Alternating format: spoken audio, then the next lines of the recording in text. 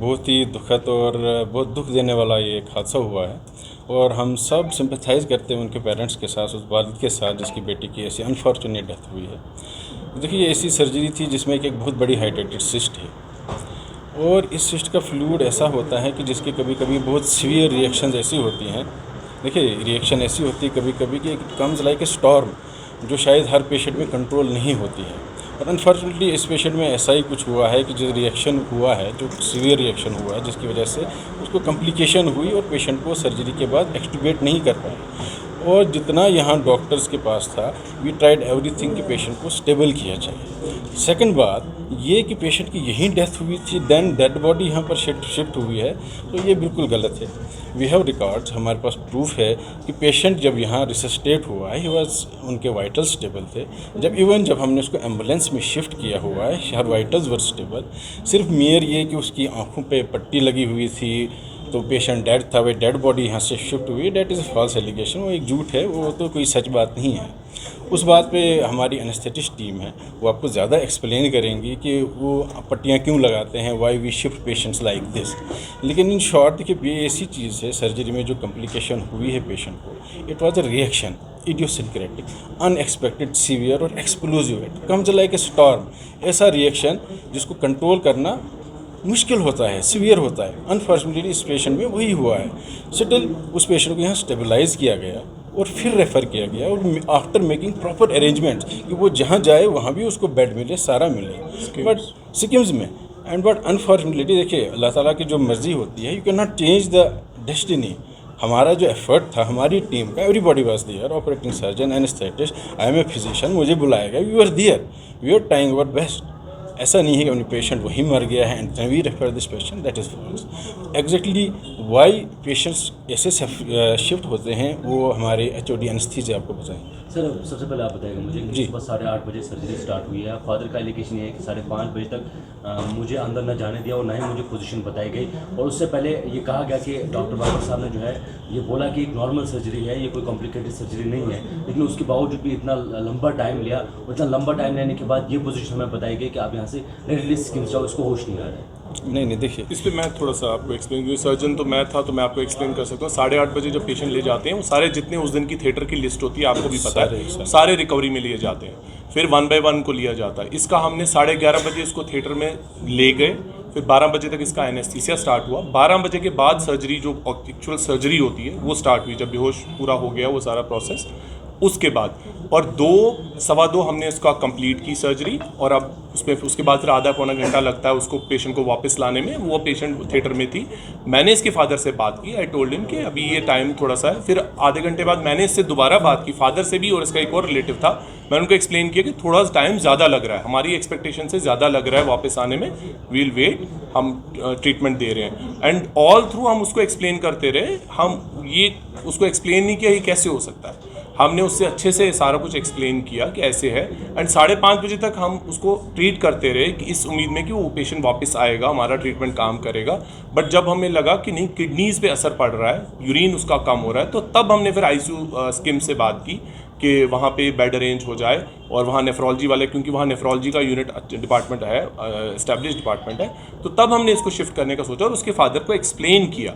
And उसके father की, अगर आप, मेरे पास वीडियो रिकॉर्डिंग नहीं है, उसने उसको समझाया कि ऐसे ऐसे, एंड ही सेड कि I know you have done your best, अब बाकी अल्लाह की मर्जी, लेकिन मुझे वहाँ पे मदद होनी चाहिए। हमने बोला नो प्रॉब्लम, हमारा तो पहले ही उनके साथ टच है, हम आपके से, मैंने उनका नंबर लेके रखा, अपना नंबर उनको दे के रखा, कोई भी प्रॉब्लम आएगी तो आप बताएंगे, मुझे बताएंगे।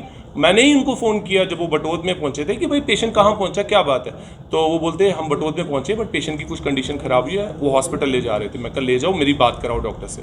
लेकिन अनफॉर्चुनेटली पेशेंट जो था वो तब तक अरेस्ट कर चुका था, और पेशेंट, उसके बाद उसकी डेथ हो गई। तो ये बोलना कि आप पेशेंट जो शिफ्ट किया वो डेड था, ये बिल्कुल मतलब सरासर, जो हम किसी डेड पेशेंट को क्यों शिफ्ट करेंगे।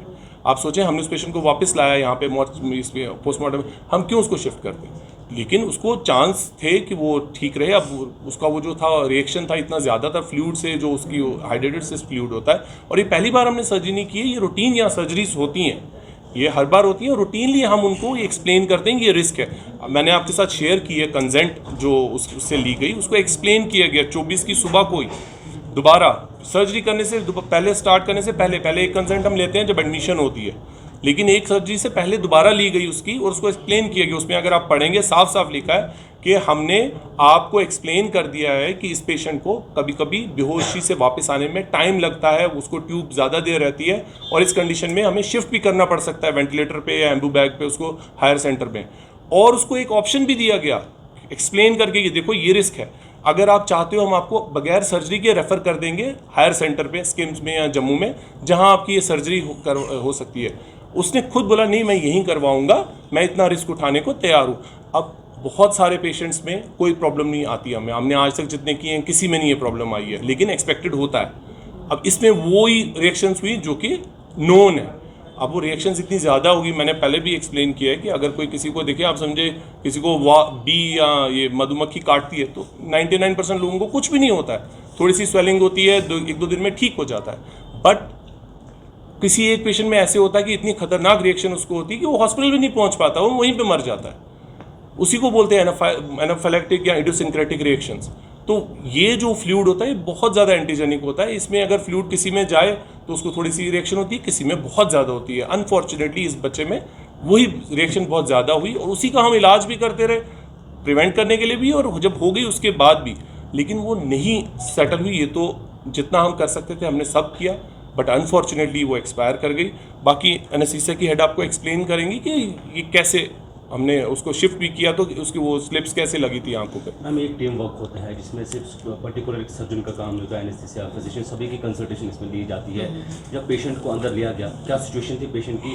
पेरेंट्स का ये भी कहना है कि हंसती खेलती वो अंदर गई लेकिन डेड बॉडी बाहर निकाली गई, तो क्या सिचुएशन रही उस समय? तो क्या देखिए, पेशेंट हंसती खेलती जैसे वो बोल रहे हैं वो ठीक बता रहे हैं, लेकिन वो जो सिस्ट थी वो ऐसे बाहर से नहीं दिख रहा था ना। वो जैसे सर बता रहे हैं कि सीटी की रिपोर्ट है हमारे पास, तो सिस्ट बहुत बड़ी थी और वो रिस्क कॉमन मैन को नहीं पता चलता है। इसलिए सर्जरी से पहले एक तो सर्जन का रिस्क होता है, एक एनेस्थीसिया का अपना रिस्क होता है, वो भी हम एज अ टीम ही लेते हैं सर्जन के साथ होके। तो हमने, जैसे मेरे डॉक्टर शफीक कंसल्टेंट हैं, उन्होंने खुद जाके पेशेंट से, अटेंडेंट से रिस्क एक्सप्लेन किया और उनको ऑप्शन दिया गया, क्योंकि सिस्ट बहुत बड़ी थी, हम सब जानते हैं, उसकी रिपोर्ट्स हैं हमारे पास, तो उनको बताया गया था कि ये कॉम्प्लिकेशन हो सकती हैं और ये नॉन कॉम्प्लिकेशन है हाइड्रेटेड सिस्ट की, और ऐसा भी नहीं है कि यहाँ प्रोसीजर नहीं हुआ है। लेकिन जैसे सर ने आपको पहले एक्सप्लेन किया कि किसी 100 में से एक पेशेंट जिसको बोलती इडियोसिंक्रेटिक रिएक्शन, कोई भी, आज तो सबके पास मोबाइल स्मार्टफोन्स हैं, कोई भी गूगल करके बता सकता है कि इडियोसिंक्रेटिक रिएक्शन है कि हर किसी की फिजियोलॉजी डिफरेंटली, हर किसी की बॉडी अलग बिहेव करती है, चाहे वो किसी भी चीज़ से हो। जैसे मधुमक्खी की एग्जांपल दी सर ने, तो उसी वजह से ये जो फ्लूइड, सिस्ट का फ्लूइड उसकी बॉडी में गया है, तो इस वजह से इतनी सीवियर रिएक्शन हुई है इडियोसिंक्रेटिक, जो कि नॉर्मल पेशेंट्स में नहीं होती है। जो नॉर्मल पेशेंट्स में होती है तो हम वो मैनेज करने के काबिल हैं, इसलिए सर्जरी की जाती है। अब कुछ लोग बोलते हैं यहाँ क्यों किया गया, वो ऑप्शन दिया गया था, उनको बताया गया था कि ऐसा ऐसा होता है। कभी भी अगर 0.1% चांस भी होता है तो वो एक्सप्लेन किया जाता है अटेंडेंट्स को कि ऐसा है। हमारी तरफ से पूरी कोशिश होती है कि वो ना हो और हम अवॉइड करें, लेकिन सारी चीज़ें हमारे हाथ में नहीं हैं। तो मैम इसका कोई बैकअप प्लान था आपके पास? जब आपको पता था कि इसमें रिस्क बहुत ज़्यादा है, तो क्या जीएमसी के पास कोई बैकअप प्लान था इसका कि अगर ऐसा रिएक्शन होता है तो हम इसको कैसे कवर कर सकें? देखिए, रिस्क तो होता है, लेकिन जो इडियोसिंक्रेटिक रिएक्शंस हम बोल रहे हैं, कुछ होता है कि कोई जो कॉमन रिस्क हैं उनका बैकअप प्लान हमारे पास था, तभी ये सर्जरी यहाँ की गई है। ऐसे नहीं है कि हमने कोई एक्सपेरिमेंट या एडवेंचर किया है, वैसा नहीं था। लेकिन जो इडियोसिंक्रेटिक रिएक्शंस की बात हम कर रहे हैं वो rare of the rarest cases में होती है, और वही इस बच्ची के साथ हुआ है। पोस्टमार्टम की रिपोर्ट्स के बाद और कंफर्म हो जाएगा कि एक्चुअली हुआ क्या, क्योंकि नॉर्मली 15-20 मिनट के सर्जरी के बाद पेशेंट होश में आ जाता है, और ये होश में नहीं आ रही थी बच्ची।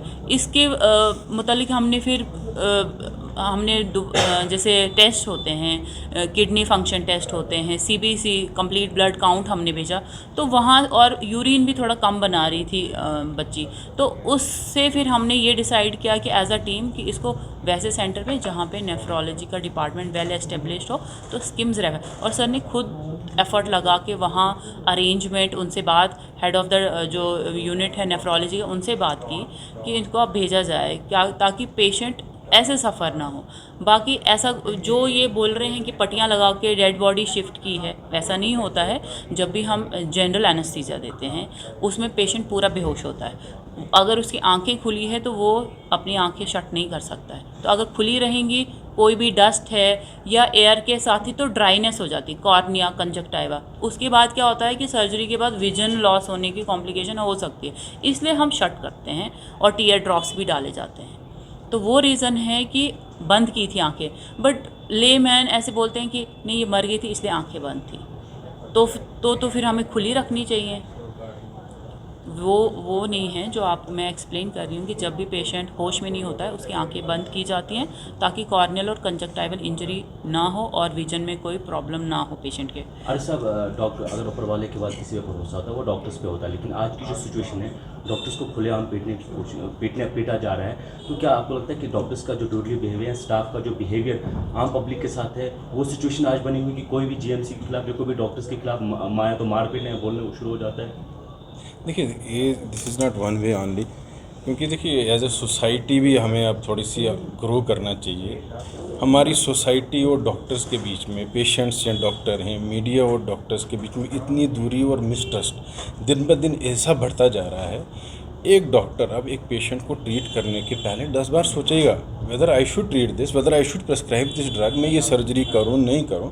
Complications they are a part of this profession. कुछ कॉम्प्लिकेशंस नोन हैं जो आप रेडी होते हो, यू विल ट्रीट दैम। कुछ ऐसी reactions idiosyncrasy no body is prepared, जब वो होंगी only then you will search for these things, उसको ट्रीट करेंगे। तो इन चीज़ों को अगर डॉक्टर पे ब्लेम कर दिया जाए, भाई डॉक्टर नहीं कर दिया, उसी ने मार दिया, तो than this will be very difficult कि एक डॉक्टर किसी भी सोसाइटी में अपना हेल्थ केयर सिस्टम, वो अपनी सर्विसेज प्रॉपरली और सिंसियरली दे पाए। तो ये अब हमारी एज ए सोसाइटी रिस्पॉन्सिबिलिटी बनती है, मीडिया की, जो हमारी पब्लिक होती है उनकी, और जो सिविल सोसाइटीज़ हैं उनको भी अवेयर होना चाहिए भाई, उनको भी डिफ्रेंशिएट होना चाहिए कि भाई कॉम्प्लिकेशंस अलग चीज़ हैं, नेग्लिजेंसेस अलग चीज़ हैं, जो चीज़ ट्रीट हो सकती है वो अलग चीज़ हैं, जो अनएक्सपेक्टेडली एज ए स्टॉर्म आ जाएँ उनकी मैनेजमेंट डिफरेंट होती है। एवरी टाइम हर कॉम्प्लिकेशन का ट्रीटमेंट सक्सेसफुल नहीं हो सकता है। तो rather than every time blaming कि मर्डर हो गया, डॉक्टर ने मार दिया, people and media and the civil society they should understand कि आखिर ये एक मेडिकल सिस्टम जो है, ये हेल्थ केयर सिस्टम है, इसका ट्रीटमेंट कैसे चलता है, कॉम्प्लिकेशंस कैसे अराइज होती हैं, वो मैनेज कैसे होती हैं, not that every complication is a negligence. तो मुझे लगता है हमें हर फ्रंट पे ये जस्ट ब्लेमिंग डॉक्टर्स, वो नेग्लिजेंट हैं तभी हो गया, तो that is again a wrong thing. कि जैसे सर ने भी पहले बोला कि कॉम्प्लिकेशंस वहीं होती हैं जहाँ काम होता है, और जैसे हर कोई यही बोल रहा है कि GMC डोडा बदनाम है, बदनाम यही है, ऐसा नहीं है। ये अगर फिर तो हम बोलेंगे कि इस बेल्ट के पेशेंट सारे इमॉर्टल ही हैं, या पेशेंट को छोड़ो एज अ पब्लिक तो कोई कॉम्प्लिकेशन होगी ही नहीं, तो ऐसा नहीं होता है। जहाँ काम होता है कॉम्प्लिकेशंस वहीं होंगी, या तो फिर हमें काम ही बंद कर देना चाहिए। मैं आपको एक एग्जांपल छोटी सी, मैं इंटरवीन इसलिए कि आप हमारा मोर्टेलिटी, मतलब मोर्टेलिटी बोलते हैं डेथ हम अपना निकाल लेते हैं, सोरा का निकाल लेते हैं, एम्स का निकाल लेते हैं, और देखते हैं कहाँ ज़्यादा होती है। जहाँ काम ज़्यादा होगा वहाँ कॉम्प्लिकेशंस, डेथ ज़्यादा होगी, वहाँ कॉम्प्लिकेटेड पेशेंट आएंगे, उनका प्रोग्नोसिस पहले ही पुअर होगा, उनकी कॉम्प्लिकेशन। अब सिंपल छोटे आप देखें एक SDH में या एक छोटे PHC पे कितनी डेथ्स होती है, आपके PHC पे कभी डेथ हुई नहीं, क्योंकि वो कॉम्प्लिकेटेड केस वहाँ होता ही नहीं है, उसको it is not meant for that. जैसे जैसे आप टर्शियरी केयर में ऊपर जाते हैं वर्ल्ड ओवर, ये नहीं यहाँ टर्शियरी एक लेवल होता है, हेल्थ केयर में लेवल्स होते हैं। प्राइमरी लेवल होता है आपका प्राइमरी हेल्थ सेंटर SDH, फिर होता है सेकेंडरी लेवल आपके डिस्ट्रिक्ट हॉस्पिटल्स, आपके सब डिस्ट्रिक्ट हॉस्पिटल्स, फिर आता है टर्शियरी केयर जो होते हैं मेडिकल कॉलेजेस, इंस्टीट्यूट्स। जो जैसे जैसे आप ऊपर जाएंगे, इंस्टीट्यूट की तरफ जाएंगे, मेडिकल कॉलेज, कॉम्प्लिकेशन रेट होगा ज़्यादा, क्योंकि वहाँ कॉम्प्लिकेटेड पेशेंट ही रेफर होके आएंगे, वही होंगे, वहाँ बड़ी सर्जरीज होंगी, बड़े प्रोसीजर्स होंगे, उनमें तो होगा ही। लेकिन अगर आप बोलेंगे किया क्यों, रेफरल इज़ ऑलवेज ईजी। आप मुझे बताएं, रेफर करना तो सबसे आसान काम है हमारे लिए, एक लाइन ही लिखनी है, लेकिन उसका नुकसान किसको है? पेशेंट को, क्योंकि उसको यहाँ से उठ के जाना है फिर एक सर्जरी कराने जम्मू। हम ये सर्जरीज यहाँ 50-60 सर्जरीज यहाँ रूटीनली हुई हैं यही हाइड्रेटेड सिस्ट की। लेकिन ये मैं आपको एक चीज़ बताता हूँ, ये पहली बार भी तो यहाँ हुई होगी कभी। अगर उसी दिन उस पेशेंट को खुदा ना खास्ता कुछ हो गया होता तो ये सर्जरी कभी होती ही नहीं यहाँ फिर, है ना। There has to be a first step. जब इंसान काम करता है, कॉम्प्लिकेशंस उसका पार्ट होती है हमारे काम का। हमारा सिस्टम ही ऐसा है, हमारा काम ही ऐसा है, इसमें कॉम्प्लिकेशंस होंगी, रिएक्शंस होंगी, काम करना है। लेकिन हाँ, आपको ये देखना है कि डॉक्टर ने अपना एफर्ट पूरा लगाया कि नहीं। यहाँ वो नेग्लिजेंट था कि वो पेशेंट को छोड़ के चला गया था कि बोला जा हो जाएगा, कुछ हो जाएगा। अपनी तरफ से हम बेस्ट देते हैं, बाकी रिजल्ट्स ऊपर वाले के हाथ में। हम किसी को ये गारंटी नहीं देते वो कि हम 100% आपको ठीक करके भेजेंगे, हम दे नहीं सकते। हम इंसान है, वो भी इंसान है। अगर हम खुदा का कोई होते पार्ट तो फिर हम दे सकते थे गारंटी। बाबा साहब, आपने उनके फादर से बात की थी कि ऐसी कुछ कंडीशंस हैं कि हम उनको रेफ़र भी कर सकते हैं, उसके तहत उन्होंने क्या आपसे कहा? नहीं, मैं आपको बताता हूँ। जब हमने उनको पहली बार देखा तो मैंने उसको बोला, से उसने बोला यहाँ ऑपरेशन हो सकता है। हमने बोला यहाँ ऑपरेशन हो सकता है, लेकिन रिस्क है, वो हर जगह आप रिस्क हैं, क्योंकि ये प्रॉब्लम ही ऐसी है। वो सारे तो हम उनको एक्सप्लेन करते। अब देखिए, ब्लड हमने अरेंज किया, उसको 2 यूनिट्स हमने ब्लड अरेंज किए, एक उसके फादर ने की, एक हमने खुद ही ब्लड बैंक, हमने बोला इसके साथ एक ही है अटेंडेंट, हम इसको नहीं बोलेंगे, दूसरा हमने खुद ही अरेंज करके। ब्लड अरेंज करने का मतलब क्या है कि प्रॉब्लम आ सकती है, क्योंकि सर्जरी पड़ी है लिवर में। जब भी आप काटते हैं यू एक्सपेक्ट ब्लीडिंग, ये चीज़ें तो उसके लिए हम रेडी होते हैं, हमने ब्लड अरेंज किया होता है। लेकिन वो चीज़ें हमें नहीं है आई, जो आया वो चीज़ जो बहुत रेयर होती है ऐसी कंडीशन में।